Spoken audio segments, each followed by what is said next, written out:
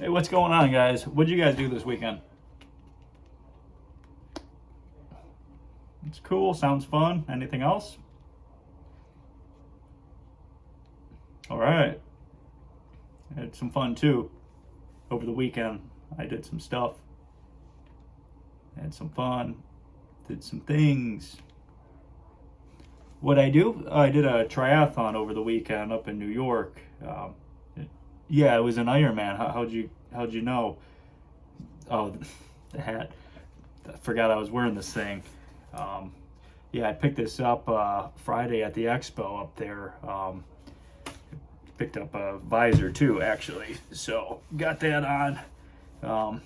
We're bringing them back. They're actually pretty practical to wear.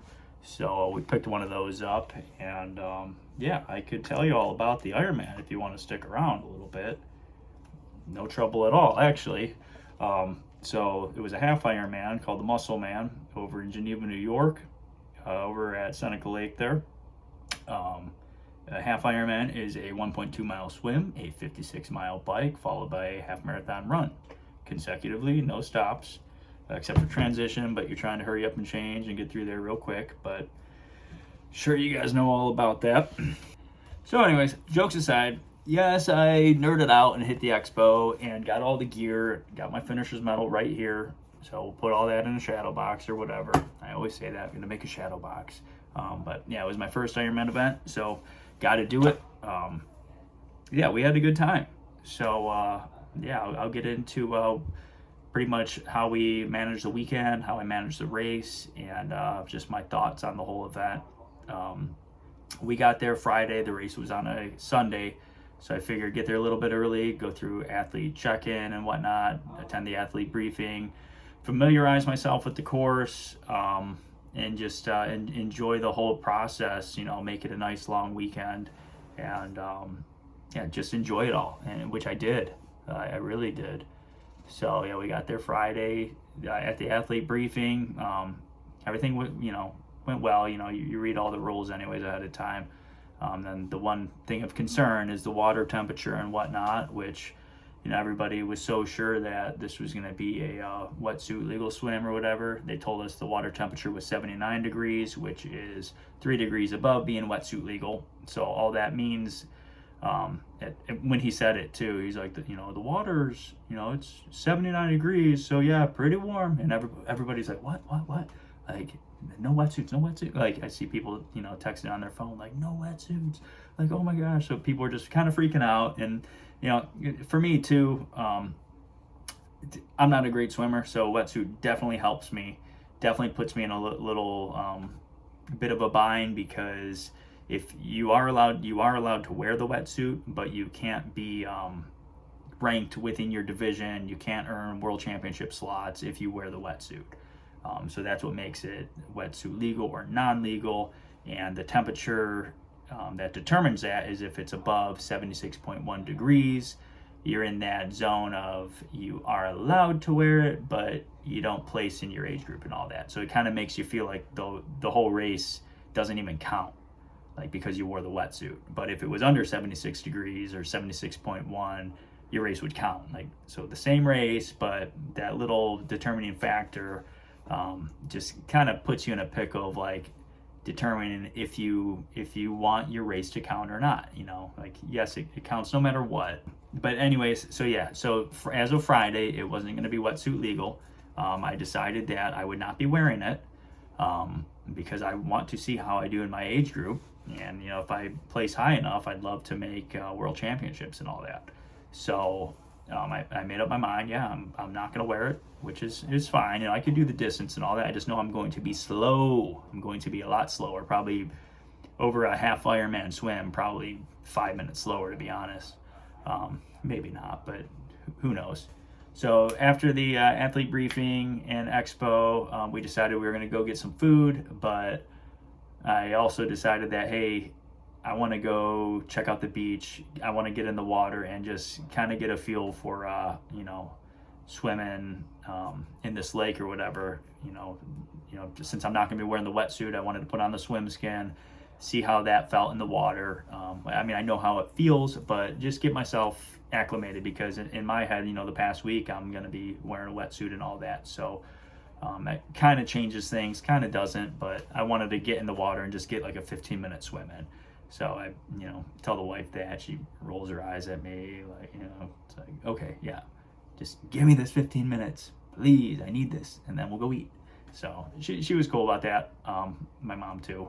So they just hung out on the beach while I did a little down and back swim. There was probably 5 or 6 other people out there too, kind of all had the same idea. So it was cool. That actually made me feel really good, because I got in the water. The water was super clear. You just look down, you just feel like you're, fish in a little aquarium, seeing all these little plants come up and little fish swimming under you. Like, it's pretty clear water. So I was like, came out of that feeling really good. Like, hey, that was really, really mentally good for me to go do that. So yeah, I was happy with that. Then we went and checked into the Airbnb, which was awesome. Really cool. Really good deal that we got there. And then we decided to go look for a local restaurant right across the street. Walked over there, got some food, just kind of carving up, I guess. And yeah, after that, took a salt bath, and then just kind of planned to go to bed early, because I wanted to simulate Saturday morning. I wanted to simulate what my race morning Sunday would be. So the race start time Sunday was going to be 6:30. So I wanted to go do a swim and bike workout at 6:30 Saturday. So that's what I did. I woke up, I think 4:30 a.m., got some oatmeal and a bagel and whatnot, just whatever I'd figure I'd eat for a race morning. That's kind of how I've been training, the past month or so anyways. I'd wake up, eat the food, go do my work, my long workouts, and just simulate how the gut handles that food. So I did that for Saturday. Just went back over to the beach, told my buddy about, probably not gonna be wetsuit legal or whatever. So he's like, okay, I want to go swim without it too. And just, and he'll decide what he wants to do later. So we went over to the beach, did a, nice little, probably 750 meter swim or so. Just something to loosen up, feel the water. Yeah, and then we got on the bikes. We didn't ride the bike course, but we rode just a down and back. Nice, super wide shoulders on the road there, so real smooth ride. Just felt great. My legs felt great. Probably, I think we did like a 15 or 20 mile ride or so. Just whatever. No real work, not a workout there, but I did do a couple pulls coming back. Maybe some, 3-minute, pulls holding my race power or whatever, just to get the legs turning, feel a little leg burn there. But so that went good. After that, went up to the expo for my buddy to check in, for us to check in our bikes. Just kind of mingle a little bit, I guess. Enjoy the event. Found the Normatec boots or whatever those are, sat in that for a good 10 minutes or so. I seem to find those at every event, and the day before I kind of make sure I do that. Whether they help flush my legs out or not, I don't know, but it makes me feel good. So I like doing that, take advantage of just those little things that these events offer, whether it's a massage or just stuff like that. I like taking advantage of that and just calming myself, the day before the race. So I did that. Yeah, and then we went out to eat after the expo, got pizza, whatever, carbs are good. Yeah, so that was good. And then went back to the room and pretty much just chilled out. Got all the gear ready for, race morning. Laid out, the gear spread, check out the kit, make sure, checking everything, make sure I have everything. Took an ice bath, after we did that, and then went to bed early. All right, I'm gonna get into my race morning, throwing the visor back on because my hair is looking rough and this visor is looking good. Whew, we're bringing them back. We are bringing them back. They look good, practical. So anyways, race morning, we woke up at 4:15 in the morning. Had my oatmeal, had my espresso coffee. I make a little beetroot powder shot. So had that. My wife really loves when I drink that. She's jealous of it. She claims it doesn't smell good and tastes like dirt, and she says I'm disgusting, but she's just jealous. So she's not allowed to have any of it. So that's why. But yeah, beetroot powder, that's my performance enhancing drug. What I do. But yeah, I had that, had a banana. Can't give out all my secrets, but I'll let you in on the beetroot powder one. So, but yeah, I could tell we were all pretty excited, a little nervous, but excited. So that was cool. Really enjoyed that. And then, yeah, out the door we went. Went to parking. Parking was like probably a mile away from transition area, which no big deal. You got to warm up anyways. So just something to maybe keep in mind. But that wasn't a big deal. So whatever. Parked, went to transition area, set up the transition, pumped up our bike tires, put on the wetsuits. Should backtrack, and yeah, Sunday morning, like 5 a.m., Ironman posts that they found a couple extra degrees in the water, that it was now wetsuit legal because it was 76 degrees. So naturally, I have a hunch that they just wanted to sell some Roka swim skins at the expo because they're a partner. So, but whatever, I'm sure they did. And yeah, but that made everybody happy. My friends, they decided that they were going to wear the wetsuit regardless, but that's still, and I'm going to wear it too, now that it's legal. Of course I am, because I'm going to be faster. But I like it because it makes everybody feel like their race counts, whether they felt like that or not. We're all in the same playing field, and it's kind of a weird rule, that, not legal wetsuit, but you could wear it but not count for, like, it's a weird thing. I think they should refine that, to be honest. But it just, why do you got to choose something like that? But whatever.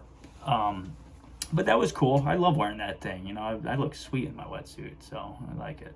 And yeah, whatever. So that made me feel good.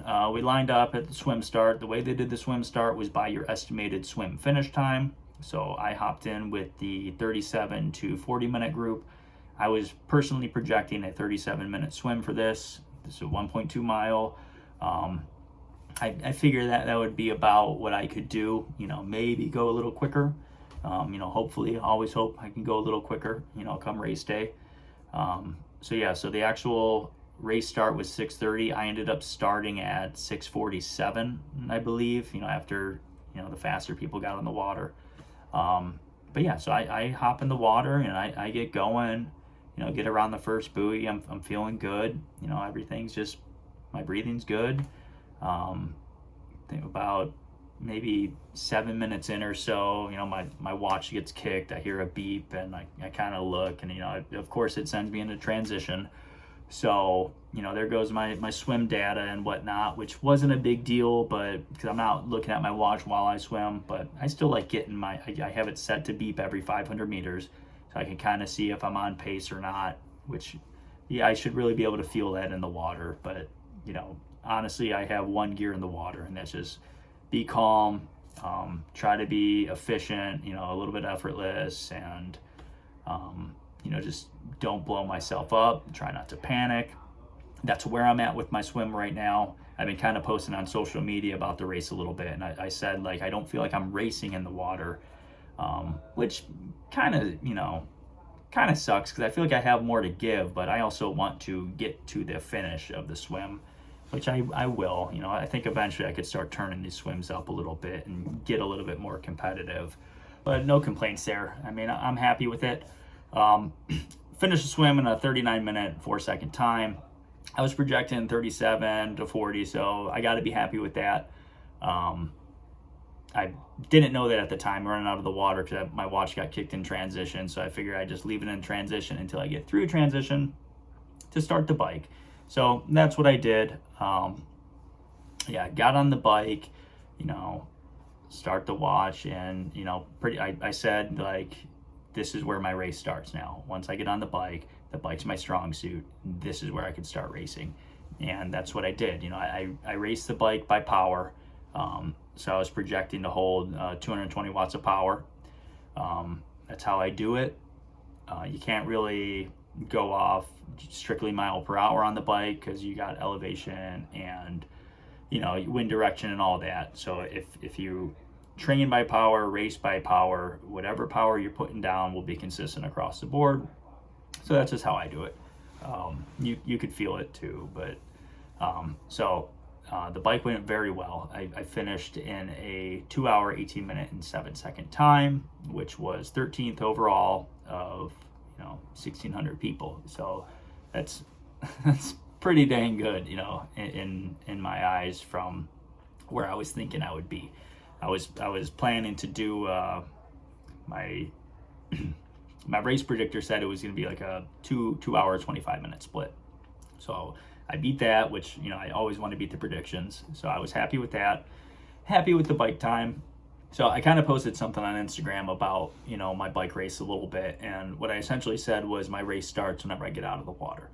And what I mean by that is I don't have a great swim. So in the swim, I think I finished 508th place, so that's not up front. So, my race starts when I get out of the water. The race is on because I have a good bike and I have a good run. So I'm playing catch up, and I like that. Like I like passing people. I like, especially the nice bikes. I always say that. You got a $10,000-$15,000 bike. I'm sitting there looking at that thing like, I don't think I want that thing anymore because it ain't fast. Kidding, but I'm not. But anyways, so it's cool. The thing with the triathlons is we're all really out there doing this for ourselves. And it's an individual sport, but there's camaraderie between us as racers and competitors. So, whenever I'm getting through the pack, some people are like, go get it, way to go. And, I'm telling people, keep it up, you're doing great. And it's like, that's cool. It's not like, it's not all competition based. We're all trying to get through this and put in our best efforts, put in our best times. And the way I see some of these people is like, anybody ahead of me, like, wow, you guys are great swimmers. Like, you guys are, I'm slow, so it's like, but hey, kind of my time to shine now. Let me toggle this one, and then let's see if we meet up again on the run, So that's kind of what's cool about triathlons. You got to be good at the three sports. And what I also said is I like, usually once I get towards the end of the bike portion of the race, you start catching some faster and faster people. The people that are further ahead, obviously they're faster and they got the nicer bikes. And it's like, you start catching them, and they've been alone this whole, it's a 56-mile race, so they've been alone for 2 hours. They haven't gotten past once. And then you got somebody like me that I probably came from a few miles behind, so it's like, I got my eye on them the whole time, and they don't know that. And I come up and I start passing them, and they kind of look over at me like, what are you doing? Like, it's like, so they start turning up their power, and I could tell they're not going to let me by, but also I have to make the pass because I can't be stuck in a draft zone. So I make the pass, and I get these, sometimes I get these little glares that it's just like, it's seemingly to say like big mistake, pal. Let's see if you can run off this, and it's like, too soon, Junior. So that's just kind of how I feel with it. And it's like, those are my competitors. That's my competition. Not the people rooting you on and cheering you on, but the ones that they don't like being passed. And I get it, because I don't want to be passed either. I don't want to be like, I would feel the same way. Like, okay, you passed me, but I got a strong run, so I'm going to get you back. That's just, and that's, I love that. Like, I'm a racer, and that's the part of these events that make me feel like we are actually racing. It's individual. We're almost doing like a little time trial, but you start catching the competitors and it's on. Okay. The back of my head's like, yeah, I could run off this dude. So, that's few and far between, and it's just a competitive thing, and I like it. I enjoy it, and so that happened a little bit in this race. And you get towards the end, and we get to the transition. After a 56-mile bike, my legs feel great. I stuck to my planned power, but in the back of my head, I'm like, dang, that was like faster than I was projecting to do this bike. Like, did I smoke myself? Like, I still have to run a half marathon. Like, yeah, my legs feel good, but I have to do a half marathon now, 13 miles of running, at a pace that I'm expecting to be able to hold. So do a quick transition. I think both of my transitions, actually I have them right here. My swim to bike transition was 1 minute and 54 seconds. And then my bike to run transition was 1 minute and 41 seconds. So get the running shoes on, throw the socks on. I don't wear socks on the bike. That's just what I do. I put the socks on in my run transition. And then, yeah, take off. And I was projecting to do this half marathon. I was hoping to do a 1:30 to 1:32. 1:30 would be a 6:52 pace. So I was going to go out and try to pretty much hit those numbers. So that's what I did. My first 3 miles, I think, were like 6:52, 6:45, 6:45 or something. And then it was a double loop course. So we do 2 loops of the course. And I think mile 4, probably maybe mile 5, there's a substantial climb up this hill with this bridge overpass or whatever. So I get to that point, and I run by pace, but I also run by heart rate. So if I'm running up a hill, I'm not going to be holding that 6:52 pace. So I back off going up the hill. I do maybe a 7:45 or 8-minute pace up the hill, and it's like, dang, this hill sucks. Dang, I got to do this twice. So it's just whatever, no big deal. But so I get up to the top of the hill, make a left, go to an aid station, and I'm grabbing cups of ice and dumping it all over me, dumping it on my visor, dumping cold water on it. Whew. Perfect, practical. We're bringing these back. And then I think about mile 7 or 8, the leader of the race. He's being followed by a bicycle, it says first place male on there or whatever. So he starts catching me, and he obviously he's probably a fast swimmer, probably started at 6:30. So I kind of knew in the back of my head, like, he's not, he was a full loop ahead of me, but the time difference was probably that 17 minutes or so, plus however fast he did the bike, however fast he did the swim. So anyways, he caught me and passed me, and I'm not trying to hold his pace, I'm just holding my pace. I'm kind of staying with him a little bit, so it wasn't to prove anything, or try to sustain his pace, because he did end up doing a faster split than me. But it was kind of cool to see, like, I could see me being there one day. One of these days I'll be that leader or whatever. But yeah, he did a great race. I forget his name, Alex something, or actually I could pull it up. Yeah, whatever. I don't need. This is my video. But whatever, kudos to him, I guess. Kudos. I don't ever give those out. Whatever. But so yeah, so it was just kind of cool to see the leader and kind of in my head visualize, like, this is like, people probably think I'm in second place right now, but I'm a loop behind. I'm 7 miles behind this dude. But whatever, I had a great race, and up to that point, I knew I had a great race going, and I could kind of estimate my finish time at that point, and I was just kind of looking down, like, I could probably, sub 4 hour, 30 minute this thing. And that was pretty cool. So I kept that pace, and I passed this one dude, and he was just kind of right there, just the footsteps the whole time. And a couple times he'd kind of make a move to pass me, and I'm holding my pace. I'm not trying to battle this dude, but it's just like, it's keeping me honest.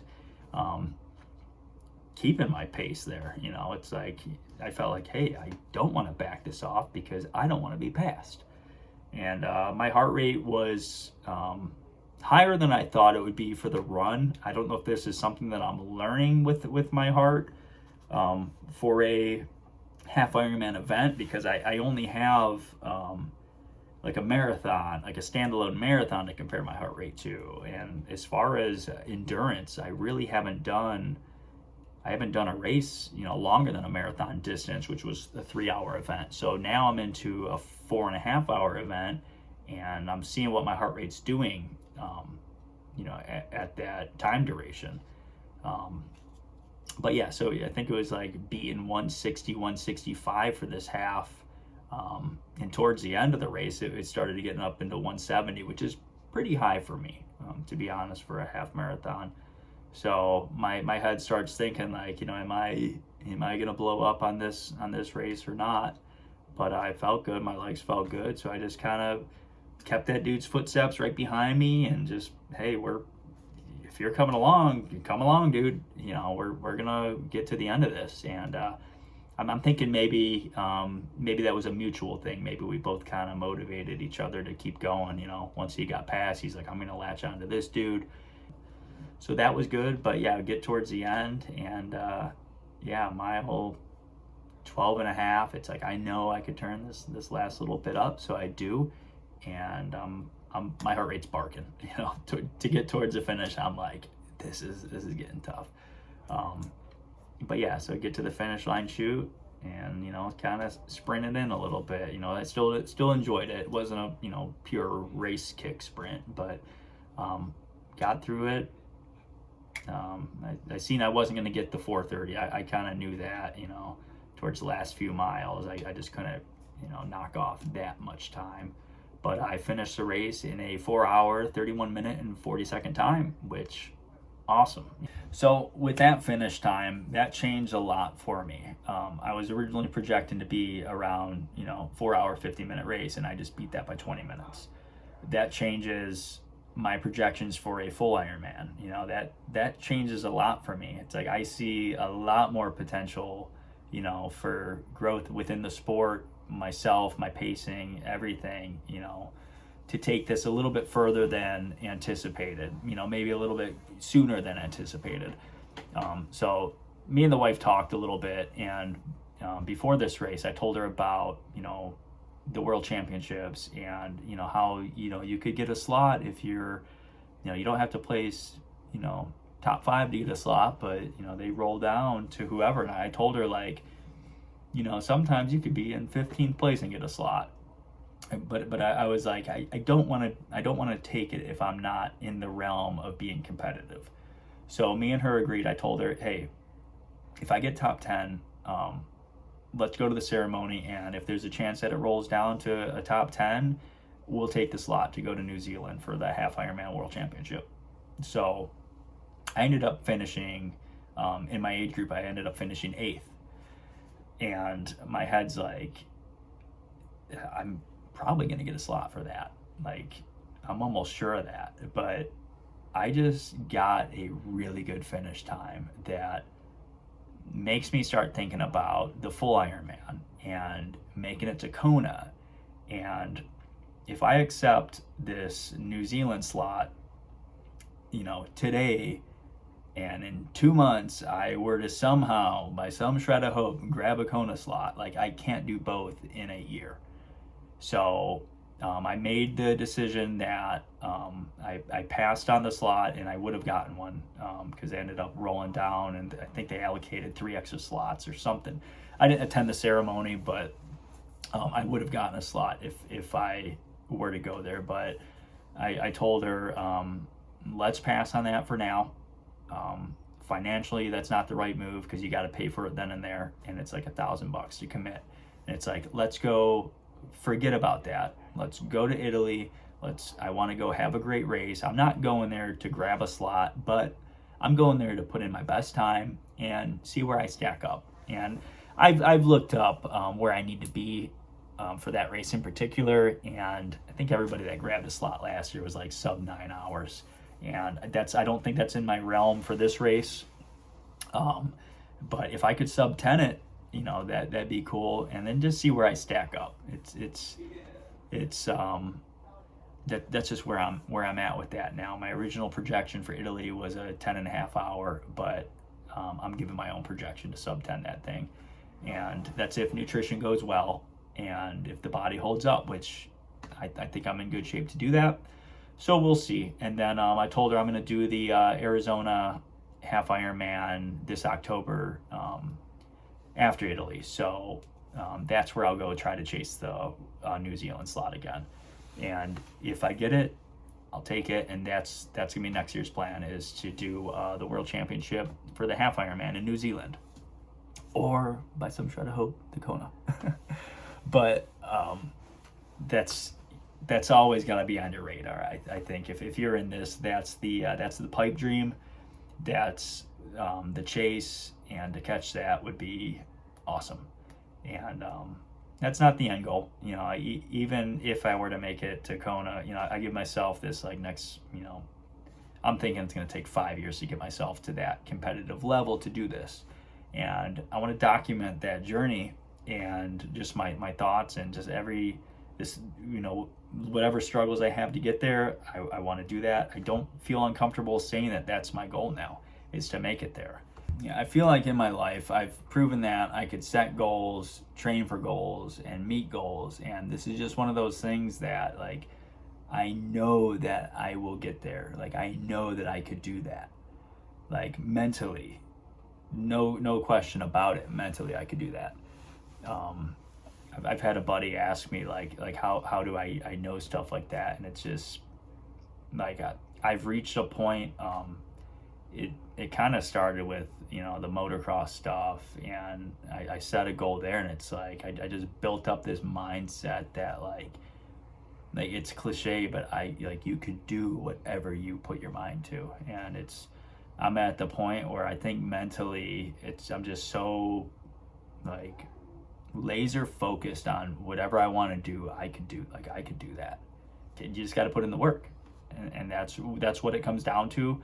And that's what's cool about this sport is you can't get around putting in the work. You can't just have talent to get off the couch and go be fast at something. Like, you have to put in the work to get there. And anybody out there, if they're quicker than you at something, they've put in the work to do that physically, and the payoff for that is just so good. It's a good feeling. I feel like it fuels me to work harder, to show that work. Like, you could show your work. In school I never like showing my work, but here I like showing that shit off. But it's cool. Yeah, I kind of love the sport because of that. Like, it's like I'm finally getting this like payoff, for your effort, and that's cool, very cool. And I want to take this sport in particular as far as I can. Just like I've taken motocross and BMX. I've taken those. I've taken those to a point of like contentment. Like, I'm content with where I've made it in those sports, and it's cool to I'm not done riding motocross and BMX. I'm not probably ever done with that, but I'm satisfied with where I've made it. I don't have anything more to prove. I don't. And I think that's a struggle mentally for a lot of people. It was a struggle mentally for me, for sure. I've just felt like, where do I go, from here? And it's like, you almost just don't know where to go, when you're at the, you're top of the sport, and you can't keep proving yourself. Like, you have nothing to prove. Like, what do you do now? And I am extremely grateful to find triathlons because of that, and it helps me keep going. Like, I train with people that are 30 years older than me, and they are so motivating to see that. And I respect the hell out of them, and it just motivates me to keep going. And it's like, this is my sport. Like, I could keep going. There's age groups, all that. Like, I'm in it for the long haul, and I think it's gonna be extremely good for my body for the long haul. And yeah, just see what we could do. That's honestly probably a whole nother topic I could get into, is the mental aspect of why I'm doing this, why it's a good sport for anybody in my particular situation. For sure, it's been very good to me so far.